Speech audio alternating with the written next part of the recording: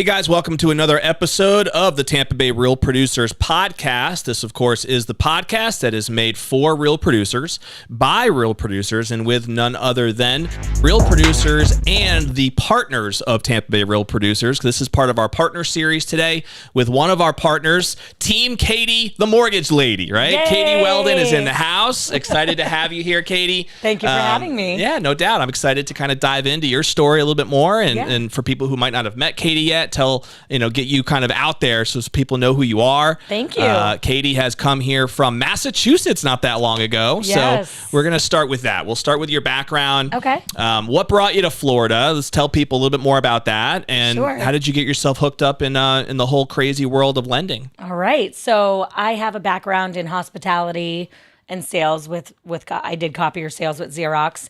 My father was a real estate agent, and he still is actually. And so I kind of got recruited by a local bank. They said, hey, we love the skills that you have. We're looking to train someone from the ground up. And I said, why not? Mm-hmm. I was about to get married that fall. I knew I wanted to have kids, and I thought this could be great for flexibility, right? To kind of be working around my own schedule. I can be at a soccer game if I want to in the future. So I thought now's the time to make this type of change. And it wasn't what I expected at all. But it was far better than I could have ever imagined. So this was in Massachusetts, this was right? in Massachusetts for a local bank there. And when did you get started? It was a little over 10 years ago, July of 2013. Okay. And they just trained me from the ground up. And I had roots in the community. So I just was very active in our local realtor association, did a lot of volunteering with them, was business partner director, very involved in committees, and just really sunk my teeth into the real estate community there. Yep. And just formed partnerships very naturally. Mm-hmm. And it has grown from there. It's been kind of a crazy How long ride. did it take you to realize this is cool? I actually like this business. Probably 3.5 years. Yeah, it was at first. So it wasn't overnight. No, and it started off where they kind of gave me this guarantee, and I was not earning the guarantee, and I'm like, how do people even make money in this business? I just didn't see it yet. I didn't see just how much potential there was in the mortgage industry, and there's other things I think they learned from training me because I was the first trainee they had. There were things that I needed to know to be successful that they didn't realize were part of it, I guess. Yeah. So it was a lot of soul searching and a lot of stuff on my own. I hired a coach to help me learn and how to interact with realtors and what's the best way to do things and what are your templates that you use and stuff like that. Nice. So you invested in the program in your business. Yeah, and that helped take me to the next level for sure. And then I also partnered with a couple high producers when I went to a mortgage company, which was awesome. That was a little over 6 years ago. That's really what took me to the next level too, is being around people who produced more. Sure. Because I didn't realize that was possible in the smaller setting that I was part of, because they didn't do as much volume. They couldn't handle as much volume. That wasn't what they were setting out to do. Yep. So I partnered with two badass mortgage ladies at a small mortgage company in Massachusetts. And that's really where the growth started kind of exploding, which was awesome. And it's been 6 years since I partnered with them. I've moved companies about 5 years ago. And I have so much support. I treat it like my own business, even though I work with a company. It's great to have the partnership and the support in the background, the resources of a bigger company, but still be able to treat it like my own and be so mobile. And the company is Total, is that right? Total Mortgage. Total Mortgage. Yep. They're national? They are almost national. I think 48 states they're licensed in. They're more of a regional company. They're really based in New England and have roots in Florida as well. So they started building in Florida a few years ago. And I kind of moved to Florida on a whim. It was a little bit crazy, if you will, but I started coaching as well as doing mortgages probably a little over 2 years ago. Coaching lenders. Coaching lenders, coaching real estate agents. So really my partners, because my goal was to coach them and help them grow their business, because in turn, that would grow my mortgage practice. Makes sense, yeah. So that was something I really started loving doing. And I was attending all these events in Florida. And every time I had to attend an event, let's say it's a 2-day event, I'd be gone for 4 days. 1 day before, 1 day after. Right. Got to enjoy the weather while you're down here. Yeah. Right. And just to get settled and not feel rushed around. so I realized if we lived in Florida, I wouldn't have to travel as much. And I love traveling, but I have a 9-year-old and a 3-year-old, and I missed them. And my husband too. I missed him, and I wanted to be around them more often. And so I just got this vision of, I think Florida would be a great move for me. And I went to school at UMiami for 1 year, and it was a great year, but I ended up back at UMass for financial reasons. And I just always felt the calling to come back here. And so that's what I did. We moved in March. You guys just pulled the plug and We came just on did down. it. We just sold our house in Mass and just moved down. And everyone thought we were little nuts, and that's okay. All the greatest ideas are a little bit nuts, right? They are. They definitely are. Yeah, because What my made you family pick this was all area? there. I like Tampa Bay. I love this side of Florida. So I always thought I would end up in Delray or Pompano Beach or Boynton Beach, somewhere around there. I have a best friend who lives over that way. And then I came to this side. I had a couple events in Clearwater, and there was a certain energy about it that felt so much more like home for me, that I just said, oh my gosh, this is great. Yeah. You know, we're in Ruskin, Florida now. We were in Wesley Chapel right before that. But we're so close to everything. We're close to Tampa. We're close to St. Pete, close to Clearwater. You know, we can go to Sarasota. I can go to Naples or Orlando. They're all within driving distance. So I really wanted to pick a place where I could travel very easily or attend large events in an easy way. So I kind of tried to pick some place in the middle of all those things. And you still have a team in Mass, right? Oh, yeah. Most of my business actually is still in Mass, and I have a team up there. So if someone wants to meet locally, there's people who can meet in our office in central Massachusetts. We have roots in Connecticut as well. We do a lot with the state housing programs there. Yep. And we are licensed to do the state programs in Florida as well, which I got my license when I moved down here.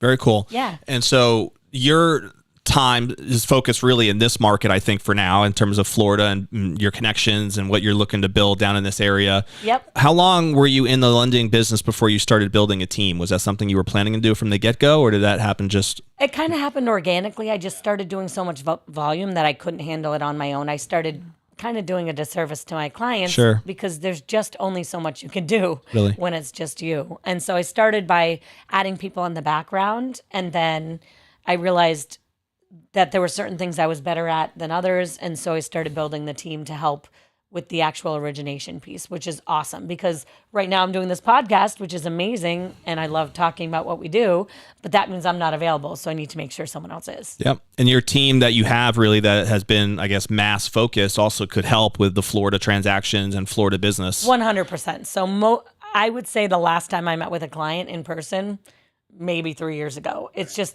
and we have people who can meet with them in person, either down here or up there, but that most people do things electronically. They don't actually want to meet. Right. Because they're busy with their schedules. They're calling you after work. They don't want to drive somewhere. So I find clients actually appreciate how easy it is to work with us electronically and virtually. Yeah. And I'll do a Zoom with someone if they want to see me. Like I said, we have options for face-to-face.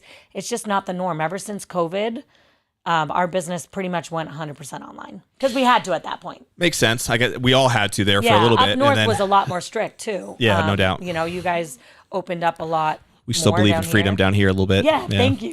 And that's another reason, right? There was a lot of reasons that, or a lot of, I guess, compensating factors to moving down here. That was one of them. What's your experience been like since you got down here in terms of the transition and trying to get the business off the ground and getting your network flowing and so all that? I truly haven't done tons with my business down here yet. I just moved to Ruskin on Monday, and so I didn't know where I was going to end up, and I didn't really put down roots yet till I knew that. So now I'm hitting the ground running. But I've made a few connections here and there, but I haven't really tried much either. Right. So I'm really looking forward to getting involved in the community and doing a lot with the Greater Tampa Association of Realtors. I'm going to be volunteering with my daughter once a week. We're trying to figure out where to volunteer. So if anyone out there has volunteer ideas in Tampa with a young child, that would be great. Yeah, we could definitely hook you up with some agents that are very active in various things. Yeah, because we're homeschooling now that we moved, and part of our kind of homeschooling track, or I guess she's going to have a course in volunteering, kind of getting back to the community, and that's something I want to do with her. Because it's just... And we met your daughter on her birthday. Involved. Yeah. She came to our masquerade party. She was such a superstar She was that really night. Cute. That was awesome. And it was definitely one of those core moments that you remember as a kid that I know she's going to be 27 and be like, Mom, remember when I was... How come you didn't bring me to more parties like that? She's already asked. Well, she was very upset she couldn't go to the Christmas party. I think that was probably better off that she didn't. But I said, it wouldn't be as special if you did. But, if you came to all of them, that's right. Oh, yeah, and she still tells everyone about the gift card she got as a gift, too. That's because cute. there was an agent, I think, who was nice enough to...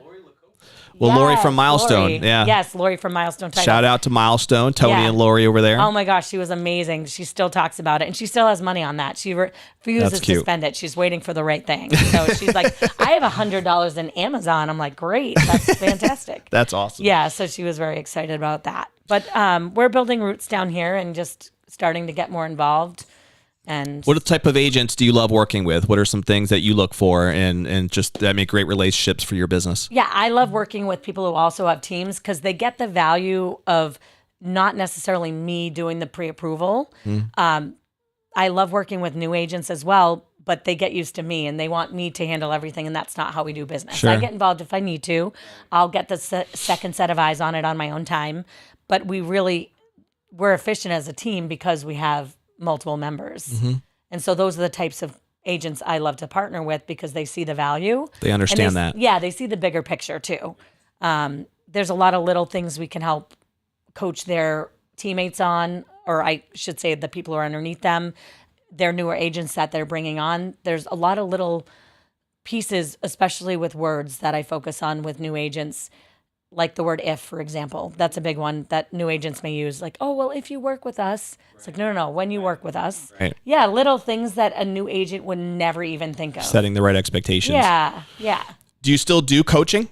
I do, yes. I still do coaching. I have a group on Facebook called the Katie Collective that I go live in once a week and just give little tidbits. And then once a month, I do a class. So I just started this group less than a month ago. So my first class is... So if you're seeing this live, I guess before this is released on the podcast, I have a class coming up this month about 7 steps towards creating your ideal day. Nice. Yes. So it really for any entrepreneur, it sounds like. It could be for any 100%. agent, any business owner. Is that even a mom who works a corporate job who's just trying to figure out how to manage that. It's all great skills that anyone can implement, whether they work a 9-to-5 job or even a stay-at-home mom who just has a vision of more that they want to do. Yep. Those resources would be great for them too. Are most of your clients agents? Yes, most of my clients for coaching have been in the real estate sector. Cool. Yeah. And is it generally group-based coaching or individualized? I've done private one-on-one coaching and group coaching as well. Okay. I'm going to be launching. So the point of this lesson that I'm going to be teaching is just to get the information out there. But if people want a little bit more, it is going to be leading into 7 ways to create your ideal life. So it's going to break down, instead of the ideal day, how do you really break down your schedule as a whole to create a life? Look, Katie. Oh, I love it. I didn't even think of that. But might need to be a book. I don't know. Okay, well, a book is on my agenda for this year, so this is I think great. you have your title. Okay, I love it. That's definitely sellable, I would imagine. Oh, thank you. Yeah. See? Oh my God. Oh, I can leave now. That was great. it. There Thank you go. Boom. Now you got your idea. Yeah. I just was featured in a book called Messy Messages from Millionaires, which was awesome. Yeah, you gifted that to us. We appreciate it. Yes. Awesome. Well, I haven't read it yet, but it's on my list. Okay, good. Yes. It's just really easy, digestible pieces. And that's what I plan to write with the book too, is, okay, how do we break this down so it's really easy for someone to digest and implement? Right. What do you think are some specific things that agents maybe there's misnomers out there that you've seen over your years revolving around the lending space, right? Yep. That agents have misconceptions that they believe in some way, or just anything you feel like would be important for them to be aware of, maybe even in this market, if it's market specific? Yeah. So for newer agents, I find that some of them feel like they're doing a disservice to their clients if they have a higher rate, but they're actually not looking at the terms of everything together.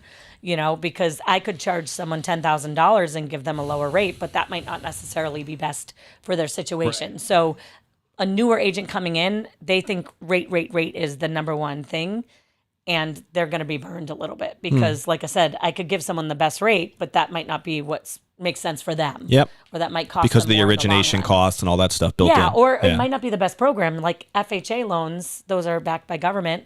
They could have a better rate than a conventional loan, but that might limit the property. That might give them more a higher mortgage insurance rate or something like that. So overall higher payment. So that's one big misnomer that people believe. okay, well, if I can offer a lower rate, then that's a better lender. Not necessarily. You know, I do believe you want to find a competitive lender because some are more competitive than others, but rate should not be the focus because that's not, we take a really consultative approach because we want to make sure that we're putting our client in the right position for the long term. And so some of them, let's say they have a lot of money up front from the sale of a house, but they're really worried about affording the payment. There's a balance of making sure they have enough reserves left for things that come up with the house, because if that payment's a stretch and now they're not saving, Right. they're not going to be able to fix the house or pay for the house if something comes up. Right. And so I'm always looking at a balance of those things based on their situation. Makes sense. We want sustainable home ownership. I don't want someone calling me in 6 months saying, Katie, I can't pay my bills. Who do I call? What do I do? Right. And so when you say rate should not be the main focus, is there something else that you think should be the most? Is it the consultative approach that you just described that you feel like I is think so. We focus not only on what they're approved for, but also what's comfortable for them. So I actually don't tell people what they're approved for until they tell me if they're budget conscious. Some people aren't. Some people, it's like they don't care what the price of the house is. It's more finding something that fits their exact needs. And so that's just a question I start with. Is budget really important to you monthly, or is that something that's not as big of a deal? Right. You know, some of my clients don't care, and it's really about making sure the house is worth what they're paying, right? They might not want to pay $5,000 a month, but for the right house, they would. Right. But I have other clients, especially first-time buyers, and it's like, I can't afford more than $2,500 a month. That is where I'm maxed out. That's where I feel comfortable. And so rather than saying, great, you're approved for $600,000, it's like, okay, well, what matches up with that payment? And where does that put you based on what you're looking at, where you're looking for a property? It's something really small, but I can't tell you how many agents I've seen post in like a real estate mastermind group, and they're like, why aren't lenders telling people the cost of the house before we're under agreement? So what's happening is people are getting pre-approved for the amount that they're pre-approved for, and then they're finding a house, and then they're going under agreement. Now they're buying it, and they get all their loan disclosures, and they're like, wait, I can't afford $4,000 a month. That's what this is? Because no one ever talked to them. So we make sure they understand the payment, they understand what they're bringing to closing, and that they're comfortable with those terms, because Before they get too deep into it. yes, exactly. Yeah. Nothing is worse than looking for 4 months, finding your dream house, and then having someone tell you what the price is and they never did before. Right. No, that makes all the sense in the world. Working backwards, I think identifying that And it's first. very easy to include in the process. So that's just something we do on our calls. Like Right. It's included in the process. It's not extra. It's a question we ask as Yeah. part of our kind of list of questions to make sure we touch upon. Are there some best practices that you've experienced in working with agents, like things that you've seen them do that have made the process go really smooth? Yeah. Compared to maybe the opposite, where some things that they've done that have So- hindered the process? Yes, there's a lot of things, but I'll mention a couple. One of them is just responsiveness. I feel like everyone thinks, oh, well, this is my personal time, this is my work time, and I totally get that. However, my belief in what's made me successful is just responding as quickly as I can to at least set up a time to go over it. So obviously right now I'm in a podcast, I'm not answering my phone, but after I get out, I'll get back to people and I'll schedule a time. So let's say I'm on my way to church. Obviously I'm not going to necessarily take a call with a client, but I will text them back and be like, oh, let's talk about this. Are you available at 3:00 today? Or what's your schedule like tomorrow? If Sunday is my day to have just with my family, and I'm trying to minimize, and I'm not saying that's how I do business, but I totally understand that balance. If people have those days, Don't they're leave people absolutely hanging or wanna just shut- wondering. Yes. Right. If they have those days that they want to themselves, absolutely, I'm all for it. But I do believe that just by being responsive, you will retain a lot more clients, and you will get a lot more clients, because what happens is everyone's used to something so instant right now. You know, you go online, you apply on Rocket Mortgage, and you get a pre-approval in 10 minutes, right? So if they message you and you're not responding, they're messaging someone else. Yeah. And if you are already working with them and they message you and you don't respond and it takes a while, they're thinking about working with someone else. And so for a newer agent, I just urge you just to get back to people quickly. It doesn't mean you have to drop everything right then and take a whole meeting, Right. but set something up. Yeah. It's wild. Show that you're paying attention. Yes. Right. Yes. And no offense to Florida, but it's something I haven't seen as much here, you know? I mean, and people I'm are like, a little slower in Florida it's just a than little slower Massachusetts. paced. And I do believe that being fast paced is what makes me successful because it keeps the momentum going and Yeah. it keeps you excited. Clients can feel that energy. I'm big on energy. And it just, to me, you're setting yourself up for more success. I get it. You know, Anything else? The other thing is making a schedule. So I find a lot of realtors they're very willy-nilly with their schedule, especially with meetings. Like they might set a meeting with me or plan to attend a training, and then someone wants to see a house and they drop everything. Mm-hmm. But a couple things. One, if you're busy and people know you're busy and worth it, they will wait to see you. Yeah. You know, They respect you more. Yeah. No, Yeah. If I'm waiting to see a specialist for a doctor who's one of the best in the country, I will take whatever time he has, even if it's in 3 months, if I need him. Right. You know, and I'm not saying that you should put people off that much, but it's okay to say, I'm already tied up at that time, but can you? But I find a lot of agents, they worry that they're going to lose someone. And so they don't go to the things that are important to growing their business, like a training or, you know, meeting with a partner or something similar. Yeah. No, that's good Something stuff. with their kids. I could see that coach coming out of you right now. Yeah. Yes. I mean, I think that's an important piece to have is just like honoring your schedule. It's so important. Right. And that's one of the things I talk about in my 7 steps to creating your ideal day is really honoring what you've put together. Because when you have things in your schedule that you constantly aren't attending, there's an energy behind it that you're going to feel. And it almost feels like judgment and disappointment because you're missing doing the thing you said you were going to do. Yeah. And when you stick to it, it's effortless. Yeah. There's And also a it's easy to power schedule. in what's called completion. Yes, 100%, because you're doing what you said you were going to do. Yeah. And clients respect that. They don't want someone who's available at their beck and call. They want someone who does a good job. Totally. Yeah, I agree. And it's funny because these are basic things that I think we've all heard, and some people that were just great at executing and others really aren't or struggle with that part of the business. And I think there's a cool exercise that I've had some of my coaching clients do, and I've done it myself, which is just like a time inventory. Yeah, that's sheet one before. of the steps. Yeah, it's very You have to basic stuff, inventory where right? you're spending But actually your time. tracking like how much of your time is really dedicated to revenue generating activities versus just busy stuff, right? Yep. And it's kind of a pain in the ass to do it. Most people don't want to take the time to actually like track that. But man, it's really, every time I've done it, no matter how evolved I feel like I get in my business, it's eye-opening where time really goes. Yep, I agree. And I find gaps in my schedule all the time. Yeah. And it's like finding gold or money in your couch cushion. It's like, oh Yeah. my God, this is awesome. Yeah, it's very true. Yeah. And I think the thing that happens with realtors especially is a lot of people, when they're getting into the business, they choose it because of its flexibility, but they have to still have things that are more concise and things that are more, I'm trying to think of the word. I'm drawing a blank on it, but like having a plan, right? You still need a plan. It's great that you can do whatever you want with your day, but if you're at TJ Maxx for 2 hours on a It needs some Tuesday- structure. Yeah, structure. Well, I Right. don't know why I was blanking on that word. Right. We just talked about it, but the flexibility of real estate in itself means that you have to take the structure into your own control. Right. One of my mentors used to always preach to me the concept that you're either going to be disciplined enough that you can create your own schedule and actually do it, or you're going to end up working for somebody else who creates a schedule and hires you to do it. Yeah, I Right. love that. And so I that's have really no how we all interest in kind doing of that for someone else. exactly. Now, once you figure it out, That's the on your own. reality of the world. And, Yeah. you know, let's be real. In the real estate world, there are so many agents out there. I mean, we just got our new list for this year, and I always study the data and look at the numbers. And we, with Real Producers, Tampa Bay Real Producers, we focus on the top 500. Yep. But there's 17,000 agents out there in Tampa Bay alone who did at least one deal last year, just under 17,000 in the 3 counties. And most of them, if you look from 501 to 17,000 on the list, they average 5 transactions per agent for that big group.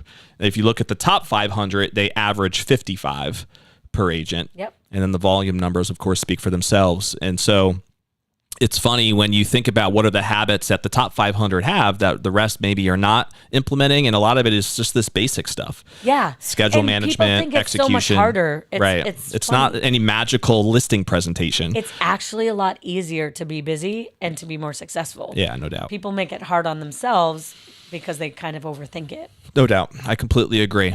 I feel like we can spend a whole podcast just talking about coaching elements because there's a lot there. Yes. And I know that we both have appointments at 12, so we're gonna pivot from there. But I think that'd be worth a conversation for someone to even reach out to you and talk some more about these different principles. So, is there anything else you feel like is relevant from a lending finance side, whether it's market specific or just timing specific, that you think you want to get out there at all for now? I think the other thing to look for when you're working with a partner is you want to find someone who's willing to do the hard things sometimes, because we can all get these loans that are super easy and fly through, but who are you going to get that is, I just recently had someone who had to pay off all this debt. They had to sell 2 houses to buy this current house, and 4 other lenders had turned them down. And so you have to have someone who's willing to I love a good puzzle, escape rooms, all that stuff. Roll your sleeves up and get dirty. Yeah. And so for me, it's a fun challenge. I'm like, I just get an instinct about it too. So I'm like, we can totally do this. And I told everyone, hey, listen, this is a Hail Mary, but they knew the sellers and the buyers were okay with waiting. And I said, this is a Hail Mary, and we closed it. Yeah. And so having someone. Is that what you think, Katie, I was going to ask you, what do you think separates working with a specialist or a professional like you are and you've built your brand versus a Rocket Mortgage, like you mentioned earlier, you can get a quote in 3 minutes, right? Online. Yep. What do you think are the real differences between those experiences? Is it kind of what you just described? Well, the consultative part, Rocket Mortgage isn't talking to you about what your payment's going to be and making sure you're comfortable with it. Yeah. I can almost assure you there could be a lender with Rocket here and there that do that. But in general, that's not something that they pride themselves on. Right. We do a lot of takeovers too. So we tend to get the loans that are falling apart at other places.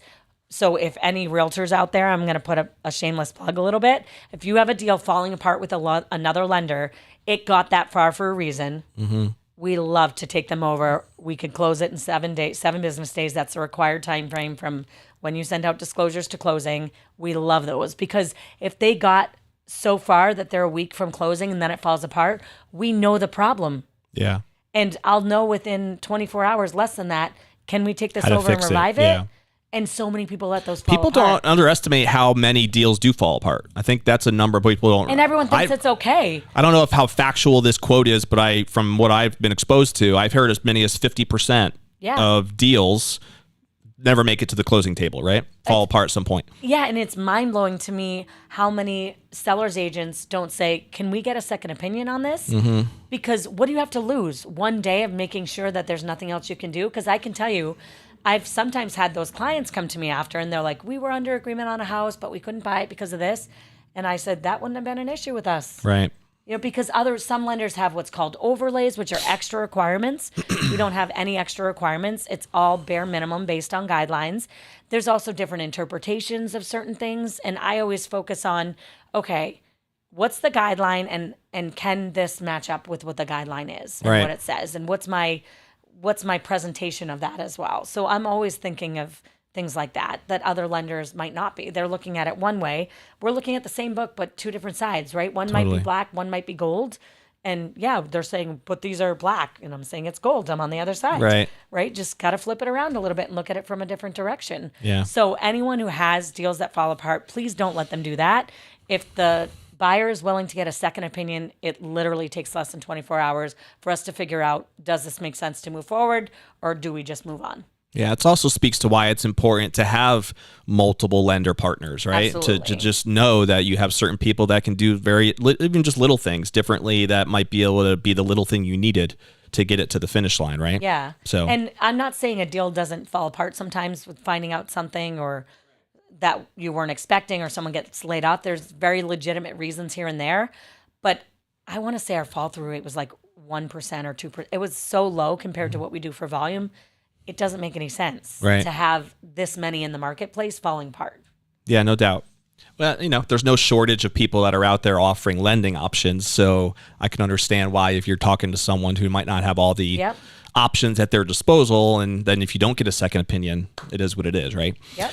So I want to transition to tell the audience a little bit more about just you, who you are personally as well, for some time, the time we have remaining. Sure. And so for people, again, who maybe don't know you yet, get to know you a little bit better. What are some things that you just love to do, hobbies, interests with your kids, with your family? What do you got? Are you enjoying Florida now that you're living down here? Yeah, What keeps you busy? Florida. So I've been doing a 2-mile walk a day. I'm working on my health journey right now. So I started with 1 mile and then did 1.5 miles, then 1.5 miles and 2, rotating now up to 2 a day, which is awesome. I post on Instagram just a selfie of me kind of walking through my neighborhood. I have a fitness coach who helps me as well. So that's been a huge part of what I do right now. We're homeschooling our daughter who's 9. And we have an au pair who's helping with that, which has been really fun. We homeschool as well. Week. I know we talked about that. Yeah, she's loving it. We're using Excelis Academy right now. And there's a lot of different out there that we're checking out, but that's one she loved the most. So we're starting there. And it's just really fun to see her be so excited about something. She was creating circuits the other day, and she's like, "Mom, check out this circuit I made." I don't remember the last time she came home from school and was talking about how exciting something she learned was. So it was nice to see. Does she like living in Florida now? She loves it. Does she? Yes. Yeah. Doesn't miss Massachusetts much, huh? No, we haven't done much This is not the time of year to really miss Massachusetts. It's a little chilly up there. It has been chilly right now. It has been, but it's not Massachusetts chilly. But no, it's not. It's not Massachusetts chilly. Yes. We just got our old house just got 17 inches of snow. Last week. Yeah, they got hammered recently. I'm like, put that on the list of things I do not miss about Massachusetts. So so we love that. My husband and I like to do date nights once a week, so we're checking out lots of different things in Tampa. We love escape rooms. We would love to start doing dance lessons. I think it would be really fun. That's cool. Just to salsa, waltz. What are you into? I would love salsa. That would be really fun. That's the fun dance, right? Yeah. Yes. Yeah, just a little like Latin flair. Yeah, right. Yeah. I know you're into like different coaching programs. You already mentioned your own, but we talked about you a part of what's the name of that group again that you go to? Oh, Board of Advisors. The Board of Advisors. So Board of Advisors is out of Tampa now, and it's a high-level mastermind. People from all over the country, and just the quality of people in the group are just incredible. A lot entrepreneurs, of them, most of them, right? Most of them are entrepreneurs. A lot of them have had big exits from selling companies, and they're looking for the next thing. They're just a lot of partners, a lot of resources.